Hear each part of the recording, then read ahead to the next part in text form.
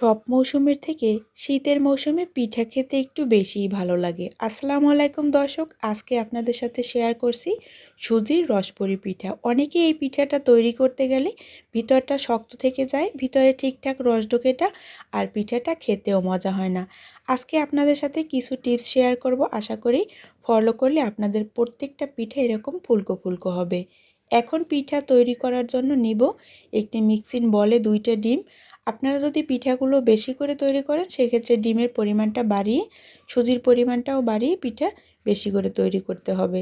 এখন আমি 3 থেকে 4 জনে খেতে পারবে এরকমভাবে তৈরি করব, তাই আমি 2টা ডিম দিয়ে পিঠা তৈরি করছি। এই ডিমের ভিতরে দিয়ে দিয়েছি সামান্য পরিমাণে একটু লবণ, আর দিয়েছি হাফ টি স্পুনের মতো এলাচি ফ্লেভার। এতে কিন্তু ডিমের যে একটা এক্সট্রা গন্ধ থাকে এটা আর থাকবে না। তো আপনারা চাইলে কিন্তু এখানে যে কোনো এসেন্সও ব্যবহার করতে পারবেন।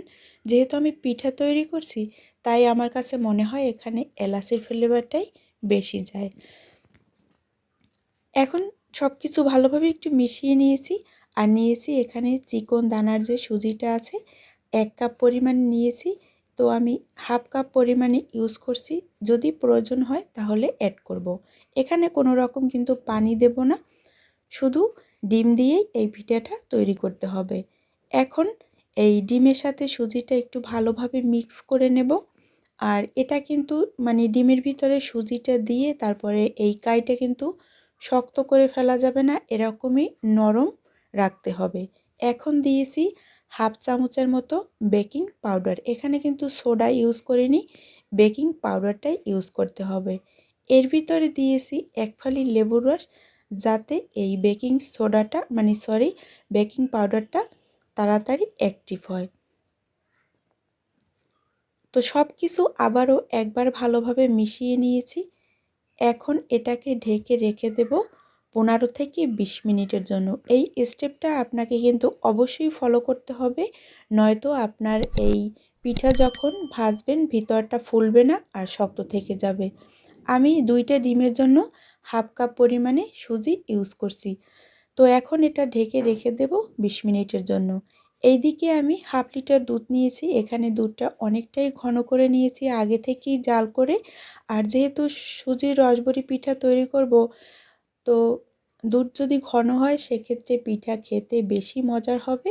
তাই আমি এখানে কিছুটা পরিমাণে গুঁড়া দুধ দিয়ে হাফ লিটার দুধের ভিতরে এটা ঘন করে নিয়েছি। এখন এখানে ফ্লেভারের জন্য ইউজ করছি 3 টুকরা তিন টুকরা এলাচি আর 2 টুকরা দারচিনি।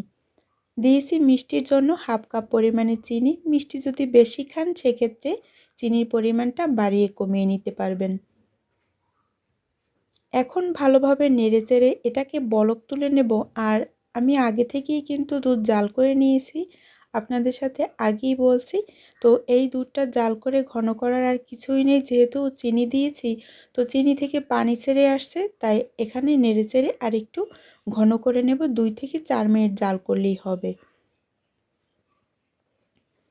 আর এখানে কিছুটা পরিমাণে দুধ থেকে সর তোলা আছে, তো সেই সরটাও এখানে দিয়ে দেব। তাই এতে খেতে আরও বেশি মজার হবে। কেউ যদি চিনি ইউজ করতে না চান সেক্ষেত্রে কিন্তু চাইলে এখানে কনডেন্স মিল্কও ইউজ করতে পারবেন, সেক্ষেত্রে এই রসবড়ি পিঠাটা খেতে আরও বেশি মজার হবে। এখন এটা জাল করা হয়ে গেছে, ঢেকে রেখে দেব। আর আমাদের কিন্তু গরম গরম শিরাটাই প্রয়োজন হবে। তো 20 মিনিট পরে ফিরে আসলাম, দেখেন এই কনসিস্টেন্সিটা কিন্তু অনেকটাই ঘন হয়ে গেছে সুজির ব্যাটারটা। এখন এরকম একটি টেবিল চামচ নেব, এটা দিয়ে এই পিঠা তৈরি করলে বেশি ভালো হয়। আর সবগুলো পিঠার সাইজই কিন্তু একরকম হবে। এখানে ফ্রাই প্যানে কিছুটা পরিমাণে তেল দিয়ে তারপরে হালকা একটু কুসুম গরম করে নিয়েছি তেলটা। এরপরে পিঠাগুলো দিয়ে দিতে হবে। চুলার আঁচ একদম বাড়িয়ে দিয়ে কিন্তু এই পিঠাগুলো ভাজা যাবে না, সেক্ষেত্রে দ্রুত কালার চলে আসবে আর ভিতরটা কাঁচা থেকে যাবে। ভিতরটা কাঁচা থাকার কারণে যেটা হবে, যখন পিঠা শিরার ভিতরে ভিজাবেন তখন আর শিরাটা ঢুকবে না, তখন কিন্তু এই পিঠা শক্ত থেকে যাবে। দেখা যায় উপরটা নরম হবে কিন্তু পিঠার ভিতরটা কিন্তু শক্তই থেকে যাবে, তখন পিঠা খেতে আর বেশি মজার হবে না।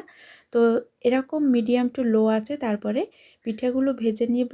আর দেখেন আমি কিন্তু হালকা একটু কুসুম কালার করে ভেজে নিয়েছি, বিস্কুট কালার করে সব পিঠাগুলো ভেজে নেব আর পরের ব্যাচও একইভাবে ভেজে নিয়েছি। এখন আমি শিরার ভিতরে পিঠাগুলো দিয়ে দেব। শিরা যদি ঠান্ডা থাকে সেক্ষেত্রে কিন্তু চুলাটা একটু জ্বালিয়ে তারপর শিরা গরম করে পিঠাগুলো দিয়ে দিতে হবে। তো আমি এভাবে ঢেকে রেখে দেব 1 ঘন্টা। আমি ভিডিওটা দ্রুত শেষ করব, যার কারণে 1 ঘন্টা পরে আপনাদের সাথে পিঠাগুলো শেয়ার করছি। আর আমার চ্যানেলে শীতের বিভিন্ন রকমের পিঠাপুলির রেসিপি দেয়া আছে, চাইলে আমার চ্যানেলটি ঘুরে আসতে পারেন। আশা করি আপনাদের কাছে অনেক ভালো লাগবে। তো দেখেন পিঠাগুলো কতটা সুন্দর হয়েছে, বিশ্বাস করেন অসম্ভব মজা হয়েছিল। তো চাইলে এরকম মজার মজার রেসিপি পেতে চাইলে আমার চ্যানেলটি সাবস্ক্রাইব করে রাখতে পারেন। আর ভিডিও ভালো লাগলে অবশ্যই লাইক কমেন্ট শেয়ার করবেন। এখন একটি পিঠা আপনাদের সাথে ভেঙে শেয়ার করছি যে ভিতরে কতটা রস ঢুকছে আর কতটা নরম তুলতুলে। চাইলে আপনারা সারা রাতের জন্য এই পিঠাটা এরকম ভিজিয়ে রাখতে পারেন। তো সেক্ষেত্রে পিঠা আরও নরম হবে। দেখা হবে নতুন পর্বে নতুন ভিডিওতে। আল্লাহ হাফেজ।